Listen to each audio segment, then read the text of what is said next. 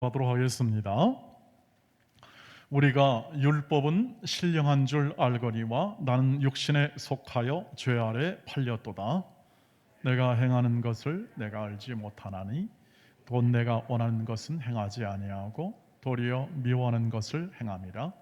만일 내가 원하지 아니하는 것을 행하면 내가 이로써 율법이 선한 것을 시인하노니 이제는 그것을 행하는 자가 내가 아니요 내 속에 거하는 죄니라.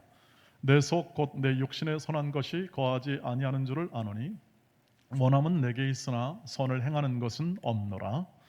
내가 원하는 바 선은 행하지 아니하고 도리어 원하지 아니하는 바 악을 행하는도다. 만일 내가 원하지 아니하는 것을 하면 이를 행하는 자는 내가 아니요 내 속에 거하는 죄니라. 그러므로 내가 한 법을 깨달았노니 곧 선을 행하기 원하는 나에게 악이 함께 있는 것이로다. 내 속사람으로는 하나님의 법을 즐거워하되 내 지체 속에서 다른 한 법이 내 마음의 법과 싸워 내 지체 속에 있는 죄의 법으로 나를 사로잡는 것을 보는도다. 오라, 나는 곤고한 사람이로다. 이 사망의 법에서 누가 나를 건져내랴. 우리 주 예수 그리스도로 말미암아 하나님께 감사하리로다. 그런즉 내 자신이 마음으로는 하나님의 법을 육신으로는 죄의 법을 섬기노라. 우리 1절 2절은 다 같이 합독합니다. 시작. 그러므로 이제 그리스도 예수 안에 있는 자에게는 결코 정죄함이 없나니 이는 그리스도 예수 안에 있는 생명의 성령의 법이 죄와 사망의 법에서 너를 해방하였습니다. 아멘. 네, 오늘 감사절입니다. 상반기를 감사하며 이 하반기를 인도하실 하나님께 감사하는 감사절기인데 로마서를 계속해서 강해할 그러한 이유는 오늘 본문은 이 감사의 본질을 정말 가장 잘 표현해주고 있기 때문에 그렇게 정하여 말씀을 증거하게 되었습니다. 오늘 이 말씀은 바울이 인간이 처한 정말 서글픈 현실, 이러지도 못하고 저러지도 못하고 알아도 죄를 짓고 몰라도 죄를 짓고 결국 죄만 지을 그러한 인간의 인생의 그러한 모든 곤란한 처지에 대해서 이 가상적인 자신을 대입시켜서 가상으로 생각하며 그것을 그런 곤고한 처지를 설명하는 설명의 내용을 담고 있습니다.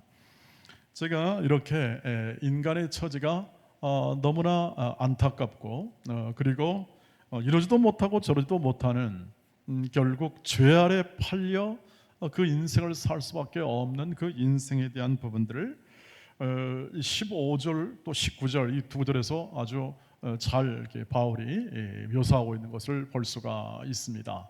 이 말씀을 보시면 내가 행하는 것을 내가 알지 못하노니 자기가 뭔 행동을 하는지 잘 모른다. 내가 잘했냐 못했냐 그것도 잘 모르겠다 이런 뜻입니다. 곧 내가 원하는 것은 행하지 아니하고 도리어 미워하는 것을 행한다. 왜 내가 원하는 것, 내가 바라는 착한 일은 하지 않고 왜 미워하는 일을 하는지 모르겠다.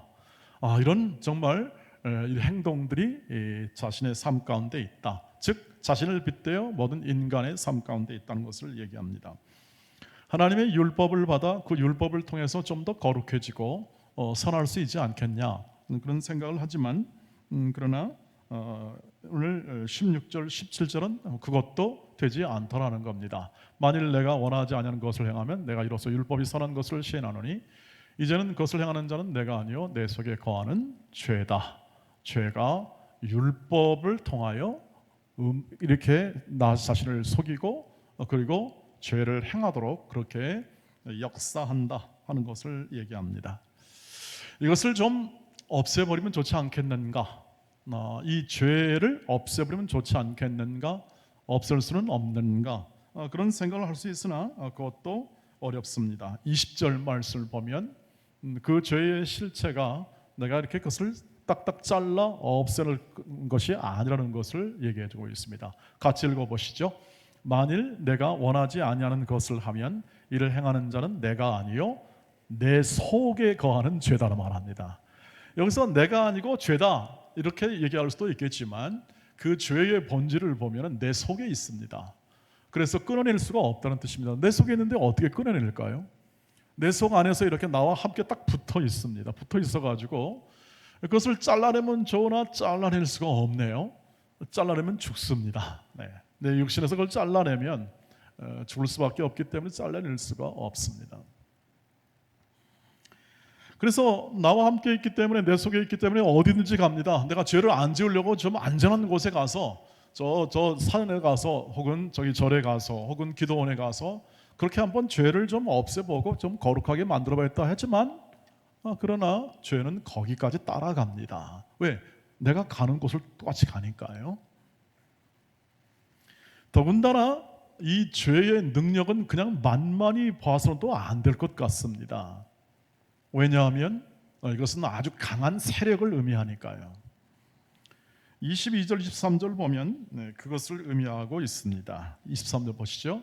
내 속사람으로는 하나님의 법을 즐거워하되 내 지체 속에서 다른 한 법이 내 마음의 법과 싸워 내 지체 속에 있는 죄의 법으로 나를 사로잡는 것을 보는 거다.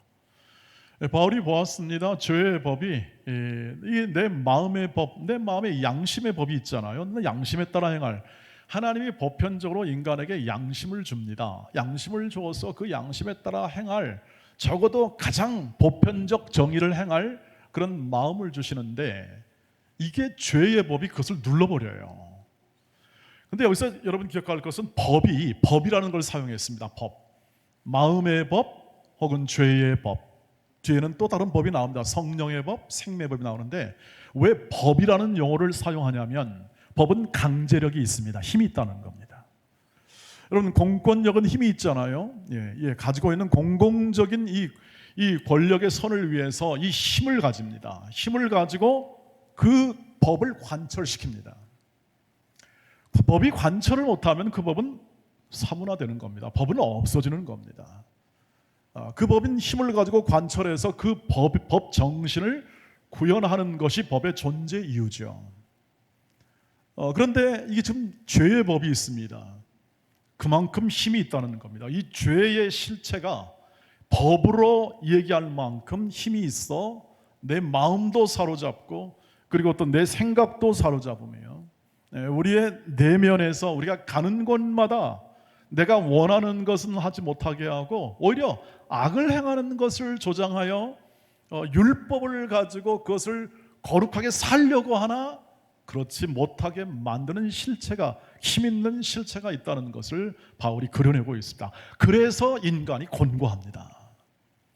그래서 사람이 자기가 원하는 마음의 양심을 따라 살고 싶으나 그러지 못하는 일들이 발생하게 되고 사람들은 지배하게 되고 경쟁하게 되고 그것을 이겨야 되겠고 살아남아야겠고 그러니까 싸움이 있고 경쟁이 있으며 이런 일을 통하여 사람들은 서로 갈등하고 싸우고 그렇게 하면서 살아가고 그래서 또 알고 그런 것을 또 아는 사람 또 아는 사람대로 이것을 없애고자 하지만 자기 힘으로 안 되니까 체념하며 거기에 그냥 끌려 살아갑니다.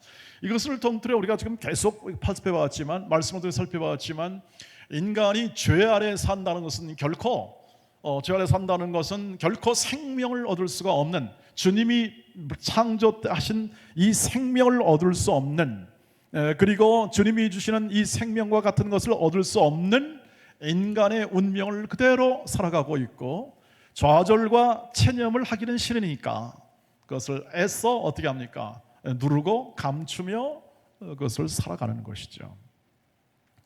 그것이 인간의 곤고한 현실이다 이렇게 얘기합니다. 그래서 그것을 정리하자면 그 현실 속에 사람들은 살고 있고 결국 열매가 없는 것을 미래를 그냥 이렇게 애써 모른 채 오늘의 현실의 삶을 힘들지만 분투하며 또 열심히 살아가면 혹시 좀 나아지는 것은 없을까 하는 확실치 않은 희망 이런 것들을 가지고 오늘을 살고 있는 것이 우리 모든 자연 사람들의 현실임을 오늘 이 말씀을 통해서 확인시켜 주는 것이죠. 그런데 이것을 우리는 답 없는 인생이다 이렇게 얘기를 합니다. 답이 없다. 우리의 결과가 없다는 거죠. 확신할 수 있고 예상할 수 있는 결과가 없으니까 그 없는 삶을 일컬어 보면 답이 없는 인생인데, 그 답이 없는 인생에 대한 오늘 분명한 사도 바울의 답을 제시합니다. 24절 말씀을 먼저 한번 읽어보시고 25절 읽겠습니다. 24절 보십시오. 이래서 나오는 탄식, 바울의 탄식이 나오는데, 오호라 나는 곤고한 사람이로다. 이 사망의 몸에서 누가 나를 건져내랴. 바울의 탄식이긴 합니다만 이것은 모든 인간이 갖는 탄식이죠. 곤고한 사람이며 이 사망의 몸에서 누가 나를 건져낼까라고 그렇게 생각을 하나, 이 세상의 철학이나 이 세상의 제도나 이 세상의 문명이 이것을 구원할 수 못하고 이것을 해체하여 그것을 더 나를 온전하게 만들지 못하고 죄와 이 사망으로 연결되는 이 지배를, 이 힘을 꺾을 존재가 없으며, 이 모든 것을 다 이것을 설득하여 그것을 이해시킬 만한 이 땅에 사람이 없다는 것을 이 현존하는 모든 역사와 철학이 그것을 우리에게 알려주고 있지 않겠습니까? 그랬을 때 25절이 등장합니다. 여러분, 말씀이 지금 곤고한 사람이다 탄식 가운데 있는데 갑자기 이제 말씀이 이렇게 나오는 거죠. 한번 읽어보겠습니다. 시작. 우리 주 예수 그리스도로 말미암아 하나님께 감사하리로다 나옵니다. 그런즉 내 자신이 마음으로는 하나님의 법을, 육신에 붙는 죄의 법을 섬기노라 라고 말을 합니다. 하나님께 감사한다 라고 나오죠. 근데 그 가운데 뭐가 나옵니까? 예수 그리스도로 말미암아 하나님께 감사한다라고 되어 있습니다. 반전되었다는 이야기입니다. 감사로 되었다는 이야기입니다. 해결점이 나왔다는 겁니다. 누굴 통하여요? 예수 그리스도를 통하여 해결점이 나왔다. 죄의 권세가 꺾어지고 죄의 지배에 이르는 사망의 모든 능력이 그 힘을 잃어버리고, 그리고 우리를 온전히 은혜 안에 흑암의 나라에서 생명의 나라로 옮긴 것처럼 죄의 권세 아래 영향을 받는 것이 아니라 이제는 우리는 생명과 그 은혜와 하나님의 사랑 안에 우리 인생의 영향력을 그대로 고스란히 받는, 그리하여 영생에 이르도록 거룩함에 이르는 열매를 맺는 인생의 내용이 나오는 거죠. 그것이 1절, 2절 말씀을 보겠습니다. 1절, 2절 같이 읽겠습니다. 시작. 그러므로 이제 그리스도 예수 안에 있는 자에게는 결코 정죄함이 없나니 이는 그리스도 예수 안에 있는 생명의 성령의 법이 죄와 사망의 법에서 너를 해방하였음이라. 아멘. 이 하나님의 생명의 성령의 법입니다. 예수 그리스도로 말미암아 이 땅에 이 현존하는 이 역사와 이 우리가 살아가고 있는 우리의 모든 현실과, 그리고 이 현실뿐 아니라 우리 이 현실을 살아가는 모든 이 믿는 자의 한 인격과 이 인생 안에서 생명의 성령의 법이 역사하여 죄의 법과 상함의 법을 눌러버립니다. 눌러요. 법은 힘이 있다고 그랬지 않습니까? 그런데 해방시킵니다. 생명의 성령의 법이 이 사망, 죄와 사망의 법을 거기서 해방시킵니다. 우리를. 그 말은 뭐냐 하면 죄의 법보다 큰 게 뭐냐 하면 생명과 이 성령의 법이라는 것입니다. 여러분, 힘이 있어야 제압하지 않겠습니까? 법과 법도 더 특별하고 힘이 있고 더 모든 것을 포괄하는 그러한 이 법의 힘이 있어야 이 법을 잠재우죠.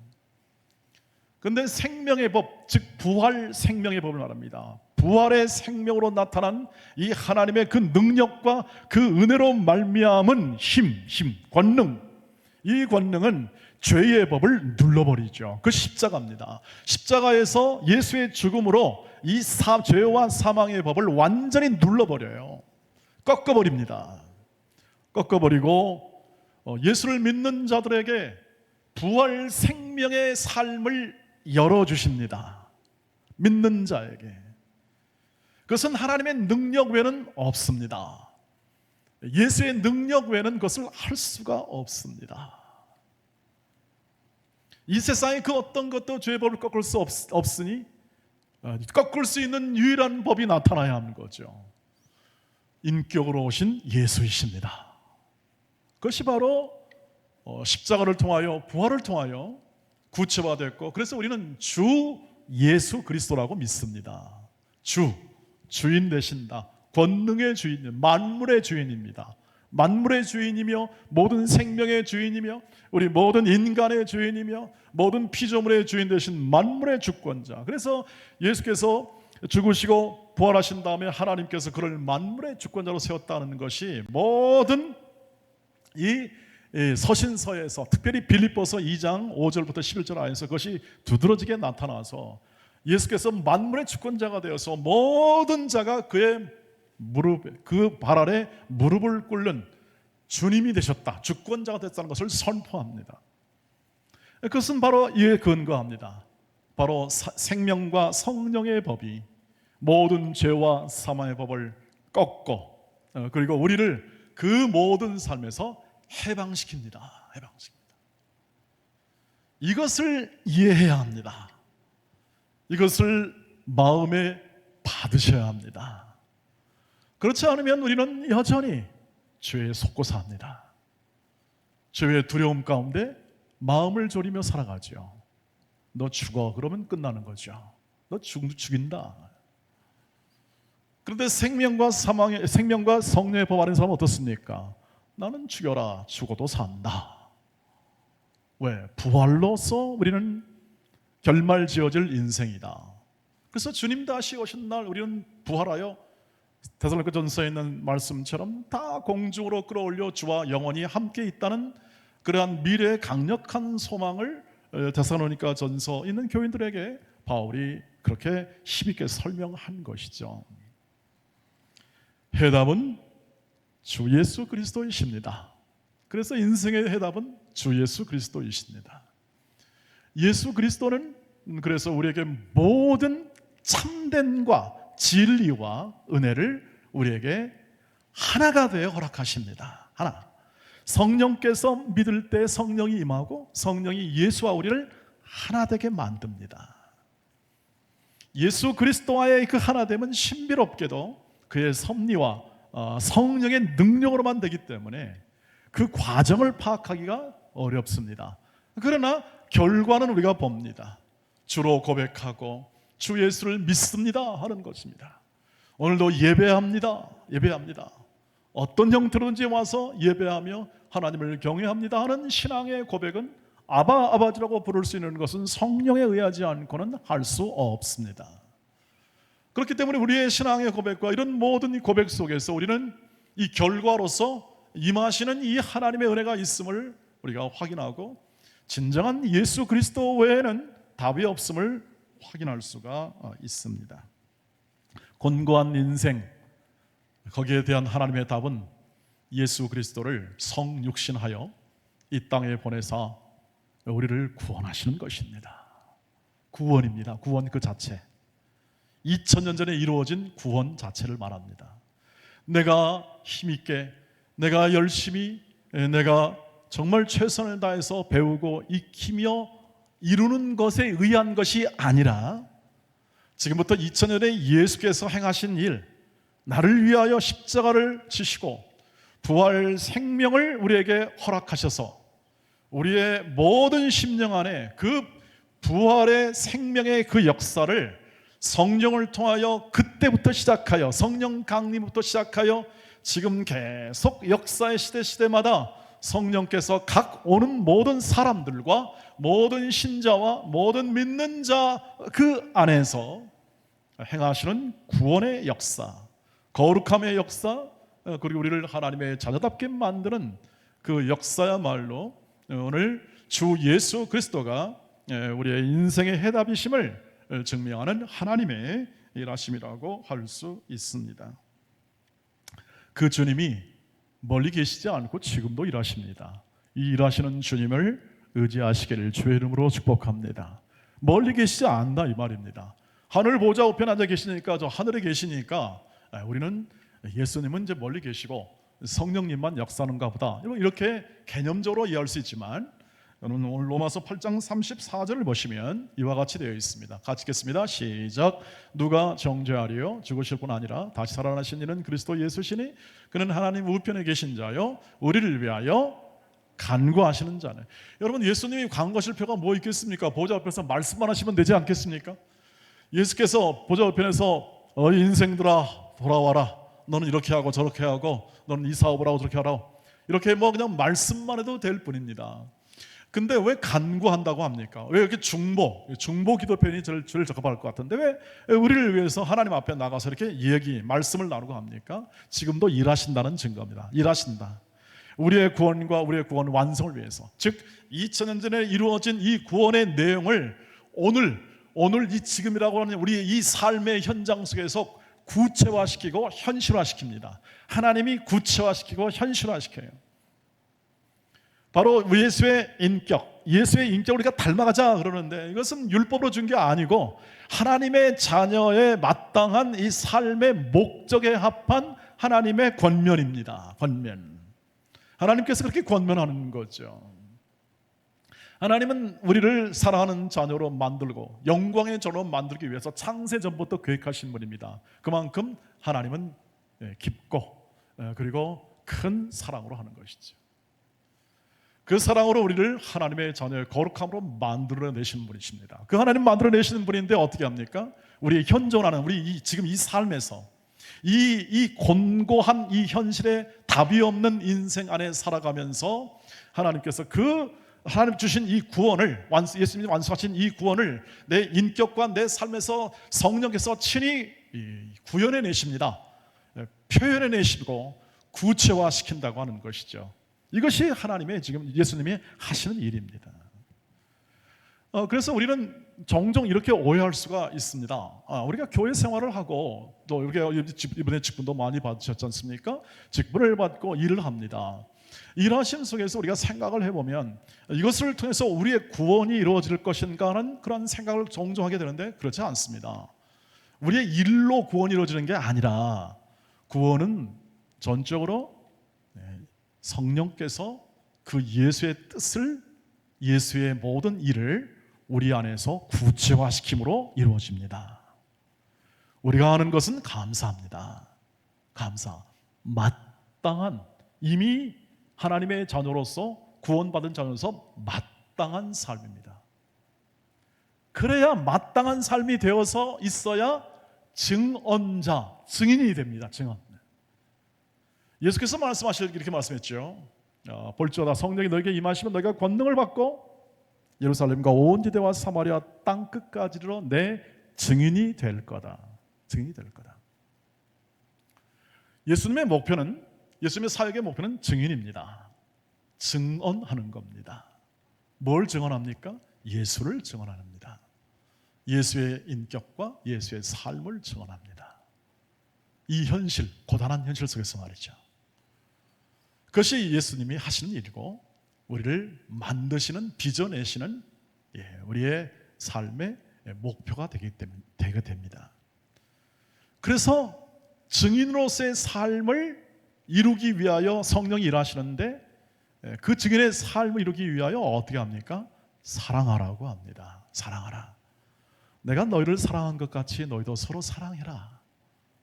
그 말은 뭐냐면 너의 인생을 사랑의 인격으로 내가 너를 채우겠다 이 뜻입니다. 구원을 이루시는데, 구원을 구체화시키는데 너의 인격 안에, 너의 이 존재 안에 내 사랑을 부어 너로 하여금 나와 닮은, 예수 닮은 그 사랑의 존재로 이 땅을 살게 하여 여기 예수 믿는 사람이 있구나, 예수의 사랑을 가진 자가 있네.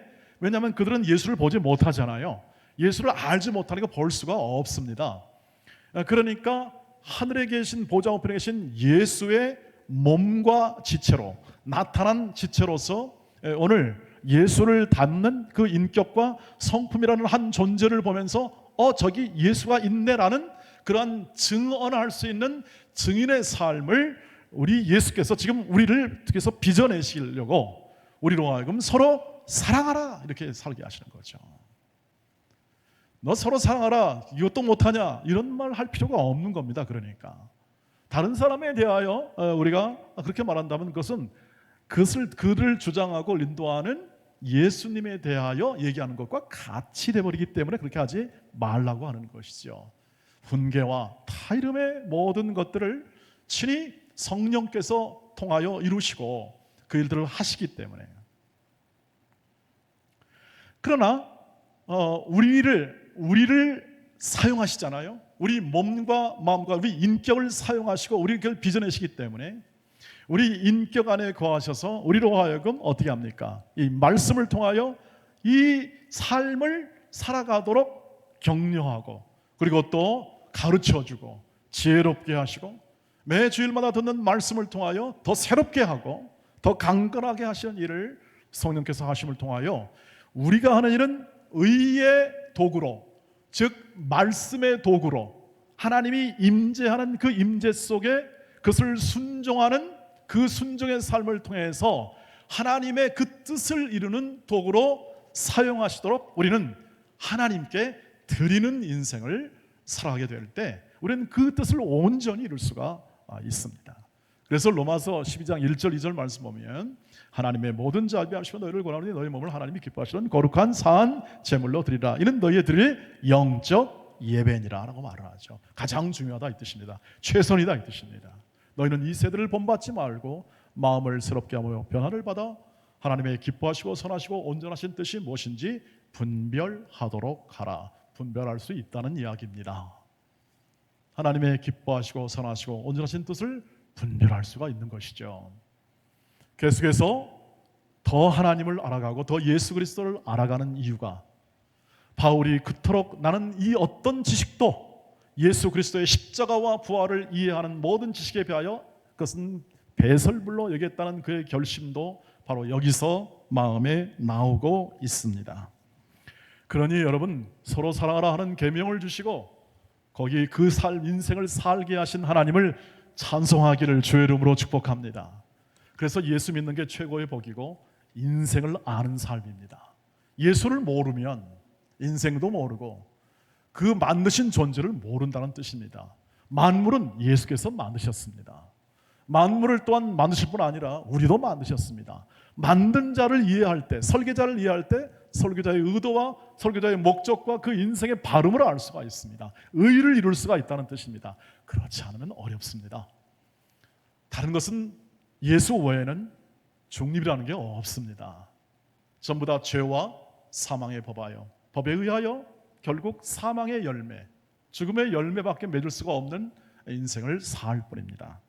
그러니 오늘 우리가 가장 감사하는 것은 무엇입니까?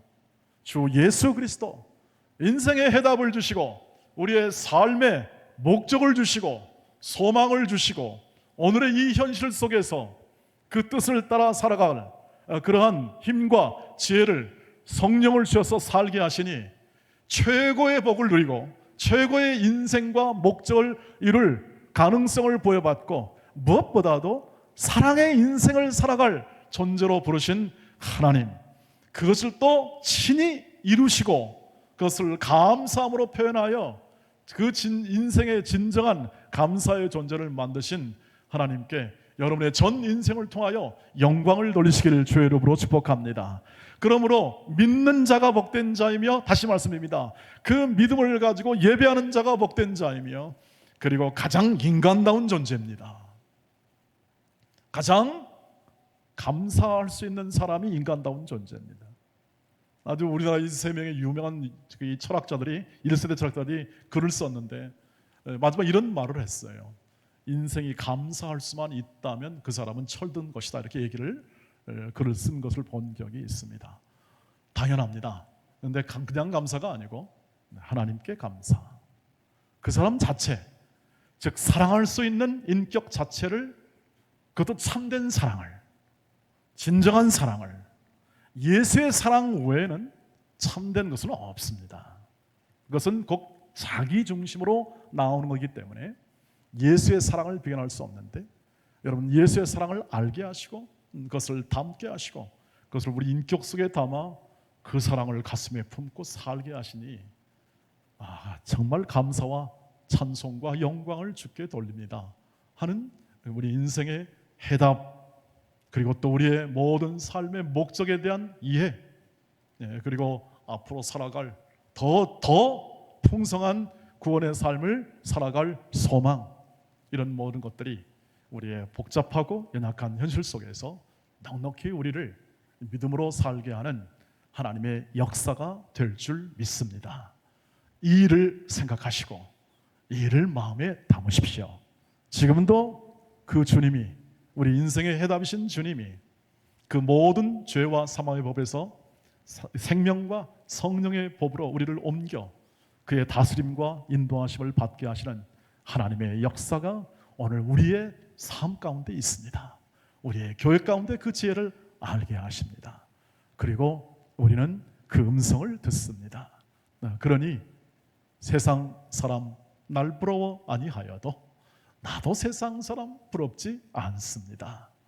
내가 가진 이 예수만으로도, 내가 가진 이 말씀만으로도, 내가 다니는 이 교회만으로도 충분합니다.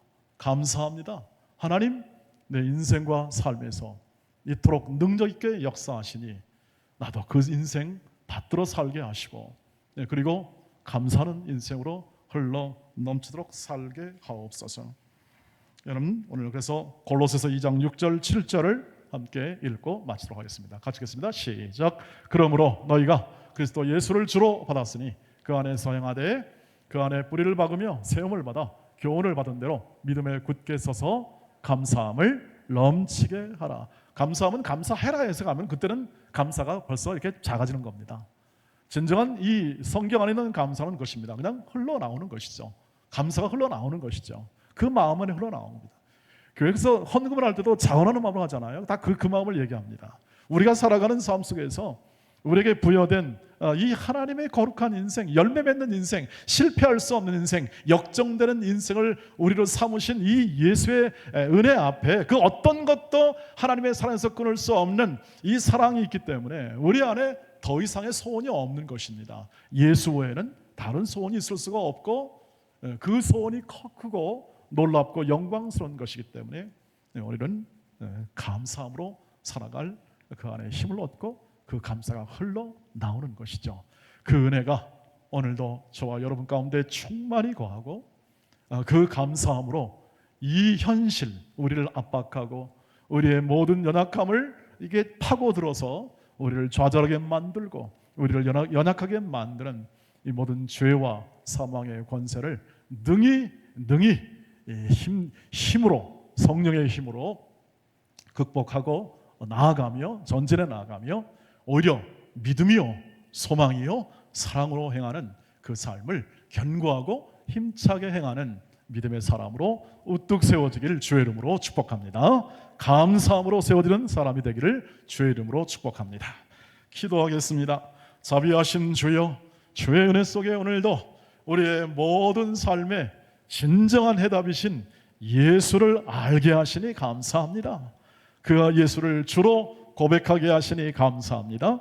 이 복된 삶을, 예수의 인격을 내 삶에 채우시고 인도하시는 성령을 따라 순종의 삶을 힘있게 살아가게 하시고 모든 죄와 사망의 법에서 해방되어 오직 성령과 생명의 법을 따라 풍성하게 열매를 맺는 인생, 그리고 거룩함에 이르는, 그리하여 영생에 이르는 삶을, 소망을 가지고 기도하며 찬송하며 영광 돌리며 힘있게 살아가게 하옵소서. 예수님의 이름으로 기도하옵나이다. 아멘.